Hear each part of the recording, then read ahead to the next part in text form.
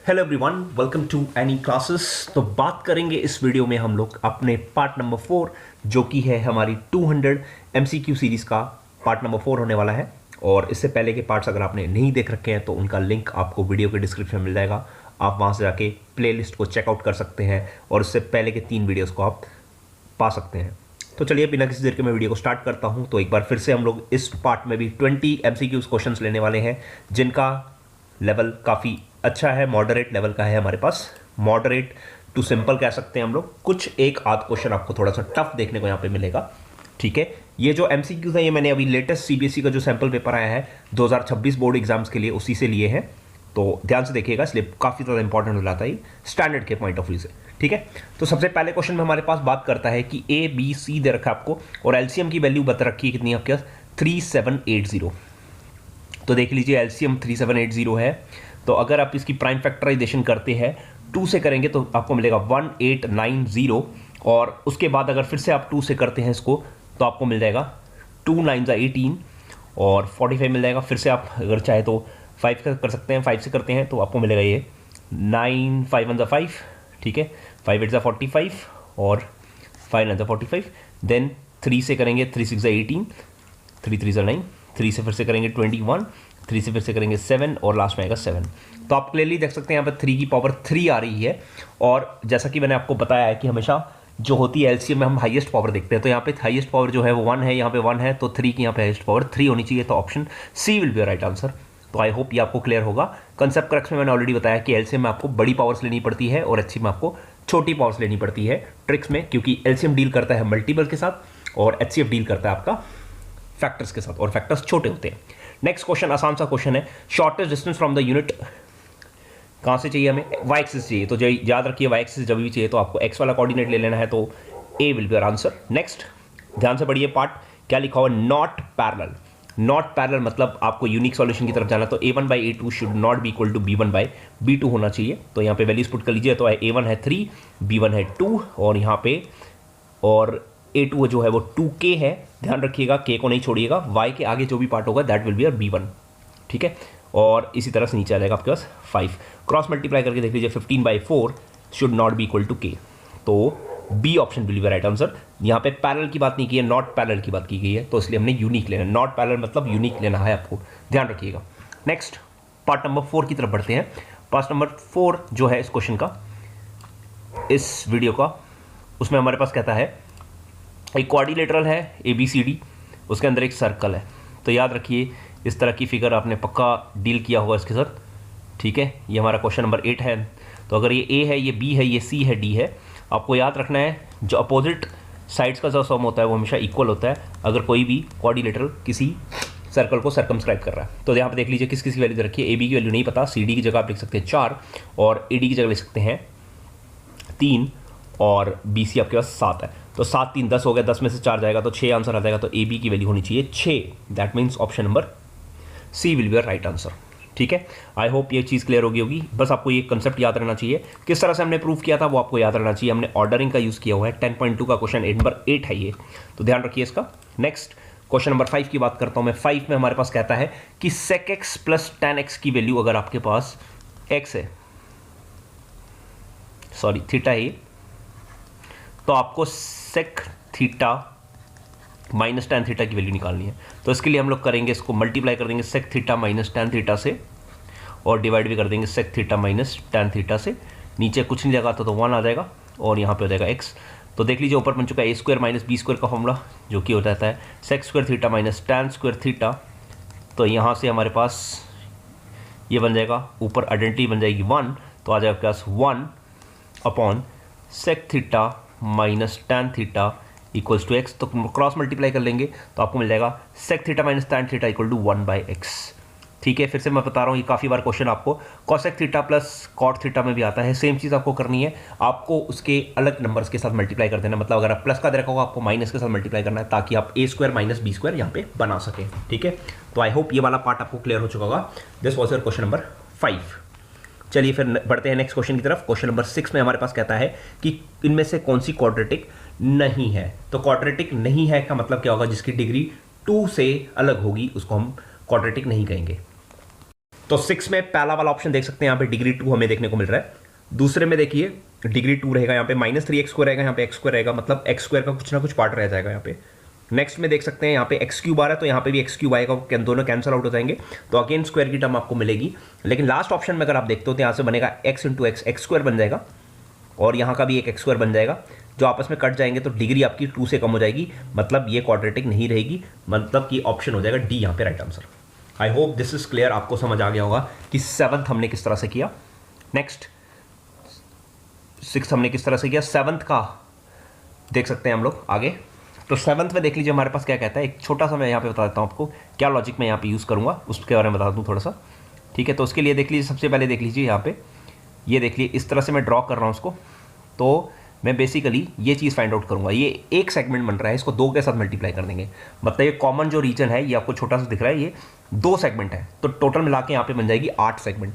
तो जो भी आपका आंसर आ रहा है उसको 8 के साथ मल्टीप्लाई करना है। तो यहाँ पे देख लीजिए 8 से मल्टीप्लाई तो 1 को किया है, तो डी ऑप्शन होना चाहिए, लेकिन फिर भी हम लोग एक बार इसको चेक कर लेते हैं। तो देख लीजिए हमारे पास कहता है कि जो रेडियस है वो 1-1 सेंटीमीटर का है, तो रेडियस 1 है, ये 1 है, ये 1 है, और कॉर्ड भी 1 है। जब तीनों एंगल सेम होते हैं तो थीटा बन जाता है आपका 60 डिग्री, क्योंकि ये बन चुका है इक्विलेटरल ट्राइंगल।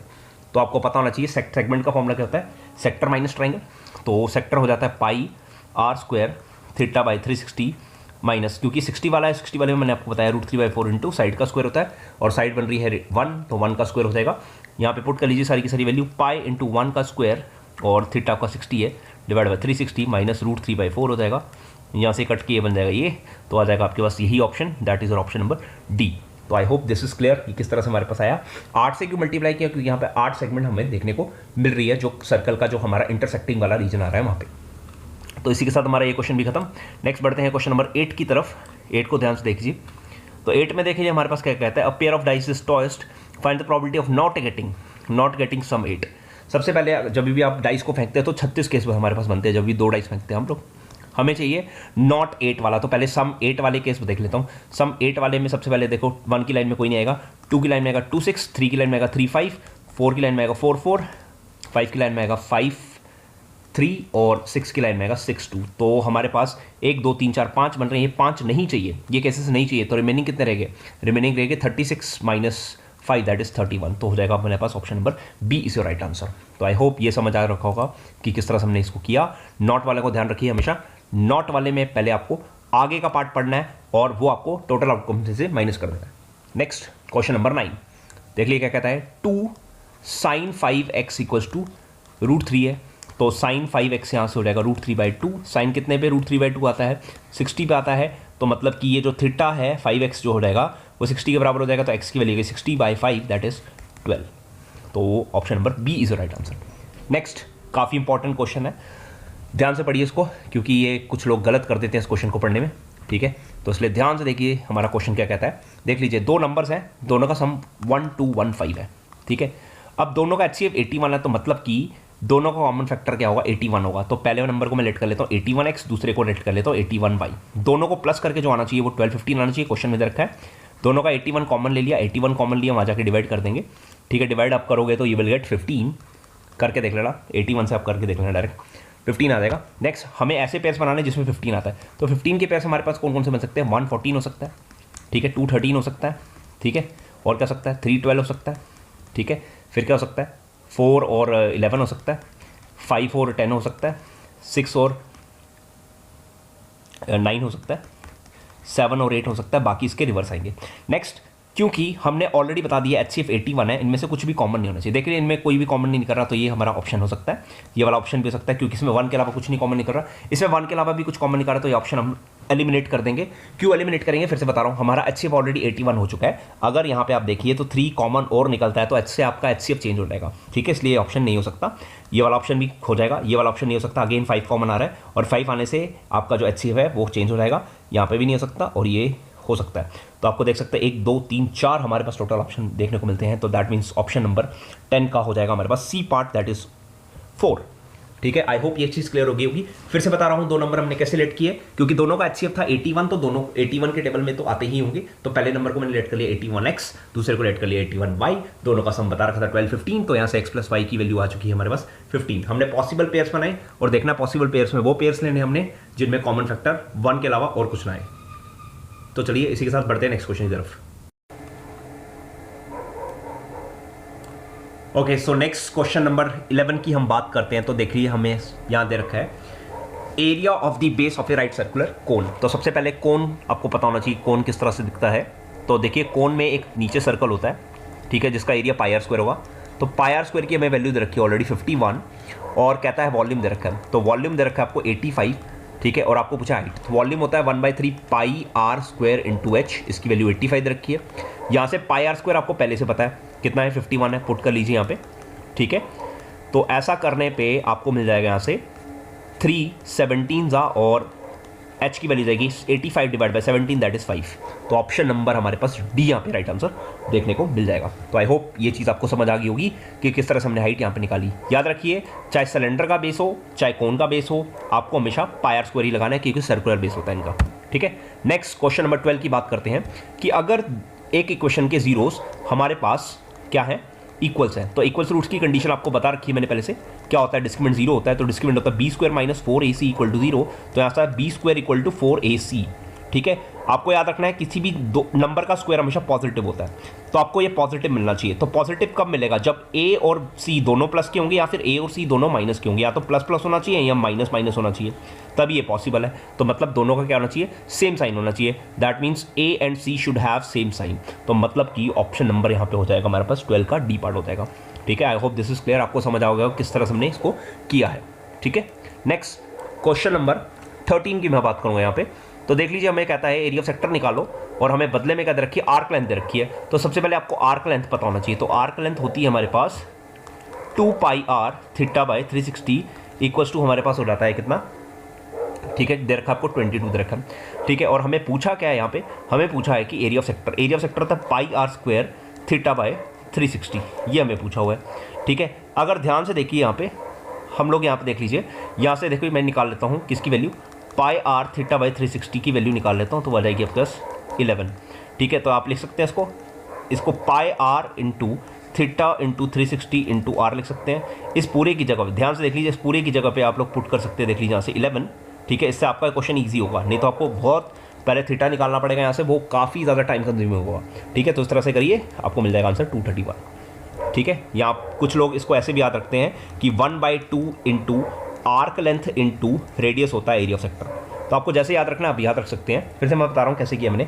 आर्क लेंथ का फॉर्मूला होता है 2 पाई आर थीटा बाई 360 और ये होता है हमारे पास पाई आर स्क्वायर थीटा बाई 360। एक रेडियस एक्स्ट्रा आ रहा है और 2 आपको गायब करना है। तो मैंने देख लीजिए यहाँ से 2 वहाँ शिफ्ट कर दिया तो 11 हो गया वहाँ जाके, ठीक है। तो हो जाएगा पाई आर थीटा बाई 360 वैल्यू आपको 11 मिल गई है। यहाँ पे मैंने देखा इसको ब्रेक कर दिया, पाई आर स्क्वायर का मैंने लिख दिया पाई आर और यहाँ पे इंटू आर लिख दिया। यहाँ से लेके यहाँ तक मेरी पूरी पहले से वैल्यू मालूम है कितनी है, 11। तो 11 इंटू रेडियस हो गया, रेडियस आपका 21 था, तो हो जाएगा 231, ठीक है। अगर आप ऐसा शॉर्ट करते हैं तो आपको ईजी रहेगा, नहीं तो आपको थोड़ा सा ज़्यादा टाइम वेस्ट करना पड़ेगा इसी सेम चीज़ को सॉल्व करने के लिए। मतलब आपको थीटा की वैल्यू पहले निकालनी पड़ेगी, इधर पे आपको थीटा की वैल्यू निकालने की कोई जरूरत नहीं पड़ी है, ठीक है। तो चलिए फिर बढ़ते हैं नेक्स्ट क्वेश्चन की तरफ, that is question number 14। Perimeter पे बेस्ड है, काफ़ी इंपॉर्टेंट है, ठीक है। मैंने आपको काफ़ी बार बताया कि पेरीमीटर्स में भी रेशो वही रहती है जो रेशो साइड्स में रहती है, ठीक है। तो देख सकते हो आप यहाँ पे, तो AB और DE, अब मैंने AB ही क्यों ली, क्योंकि यहाँ पे AB की वैल्यू रखी है और कुछ नहीं रखी है, ठीक है। तो AB अपॉन DE की जो रेशो होगी वही पेरीमीटर ऑफ ABC और पेरीमीटर ऑफ DEF की रहेगी, ठीक है। तो देख लीजिए यहाँ पे इसकी वैल्यू दे रखी है हमें कितनी, 6, इसकी दे रखी है 9, इसका ABC का पेरीमीटर नहीं पता और रहने दीजिए ऐसी। DEF का पेरीमीटर के लिए आपको तीनों साइड्स प्लस करनी पड़ेगी, 9 6 15, 15 12 27 हो गया, ठीक है। शिफ्टिंग करोगे तो हो जाएगा 6 इंटू 27 डिवाइडेड बाई 9, 9 3 27, 3 6 18, तो 18 विल बी राइट आंसर। तो यहाँ पे हो जाएगा ऑप्शन नंबर C आपका करेक्ट आंसर देखने को मिल जाएगा। फिर से बता रहा हूँ, कंसेप्ट करेक्ट में ऑलरेडी बताया कि जो साइड्स में रेशो रहती है सिमिलर ट्राइंगल के, वही उनकी पेरीमीटर में भी रहेगी, ठीक है। तो चलिए इसी के साथ बढ़ते हैं नेक्स्ट क्वेश्चन की तरफ। क्वेश्चन नंबर 15 हमारे पास कहता है कि मैथमेटिक्स वर्ड में जो वॉवल की प्रोबेबिलिटी है, तो पहले मैथमेटिक्स वर्ड लिख देता हूँ यहाँ पे, मैथमेटिक्स। टोटल जो वर्ड्स हैं वो यहाँ पे 11 हैं, वॉवल कितने हैं, 1 2 3 और ये 4 वॉवल है। तो 4/11 की जो प्रोबेबिलिटी है वो आपको ऑलरेडी बताइए 2/2x+1। तो यहाँ देख सकते हैं आप, ये 2 उसको काट सकता है, ठीक है। क्रॉस मल्टीप्लाई कर लोगे तो ये हो जाएगा इस तरह से, ठीक है। और यहाँ पे 1 बचा था, तो हो जाएगा 4x+2 = 11। तो 11 में से आ जाएगा तो 9 हो जाएगा, डिवाइड में 4 हो जाएगा, तो x की वैल्यू हो जाएगी 9/4। That is option number B will be right answer, ठीक है। तो हमारा 15 का B राइट आंसर हो जाएगा 9/4। फिर से हम बता रहे हैं वॉवल की जो प्रोबेबिलिटी है उसकी वैल्यू ऑलरेडी बता रखी है, किसके बराबर है, 2/2x+1 की बराबर। तो इसलिए हमने x को इक्वेट किया और वैल्यू फाइंड आउट कर ली, ठीक है। तो चलिए फिर बढ़ते हैं next question, that is your question number 16 की तरफ। क्वेश्चन नंबर 16 कोऑर्डिनेट ज्योमेट्री से रिलेट करता है। देख लेते हैं इस क्वेश्चन को। तो देख लीजिए, मैं 4 पॉइंट्स रखे हैं और कोऑर्डिनेटर आपको प्रिडिक्ट करना है। ठीक है, तो ये मैं बना देता हूँ यहाँ पे एक कोऑर्डिनेटर। ठीक है, इसके चारों कोऑर्डिनेट्स रखे हैं। ए का है 90, बी का है 9,-6 और सी का है -9,0 और डी का है आपका -9,6। ठीक है, ये बी है, ये सी है, ये डी है। जब आप इसकी ए बी की वैल्यू फाइंड आउट करोगे डिस्टेंस फॉर्मूला से, तो देखिए 9 - 9 कट जाएगा और ये हो जाएगा आपके पास 6 करके देख लीजिएगा, आपका 6 यूनिट्स मिल जाएगा। और बी सी की वैल्यू है तो यहाँ से देखिए -9 - 9 का स्क्वायर हो जाएगा -9 और -9 18 होता है, तो 324 बन जाएगा आपका। ठीक है, और यहाँ पे 36 आ जाएगा, इस तरह से देख लीजिएगा। ठीक है, तो यहाँ पे हमारे पास हो जाएगा, इनको प्लस करके ये 6 4 10 हो गया, 360 हो जाएगा, इस तरह से आ जाएगा। ठीक है, इसी तरह जब सी डी निकालोगे, सी डी की वैल्यू हो गई -9 और ये 9 प्लस बन जाएगा तो कट हो जाएगा, तो अगेन 6 मिल जाएगा आपको यहाँ पे। ठीक है, और आप ए डी की वैल्यू निकालोगे तो अगर -9 - 9 आपका 18 बना देगा और 18 का स्क्वायर फिर से 324 का स्क्वायर 36 फिर से ही बन जाएगा। तो अपोजिट साइड्स इक्वल आ रही है, इसलिए 2 ऑप्शन तो पहले ही कट गए हमारे। नेक्स्ट डायगोनल की बात करूँ तो डायगोनल करोगे, जब यहाँ पे आप डायगोनल फाइंड आउट करोगे तो एक बार आएगा आपके पास -9 - 9 आएगा और 0 0 का बनेगा। तो डायगोनल्स यहाँ पे बराबर नहीं आएंगे, तो ए सी की वैल्यू जो होगी वो बी डी के बराबर नहीं आएगी, इसलिए ये रेक्टेंगल तो नहीं बनने वाला, ये आपका बनेगा पैरेललोग्राम।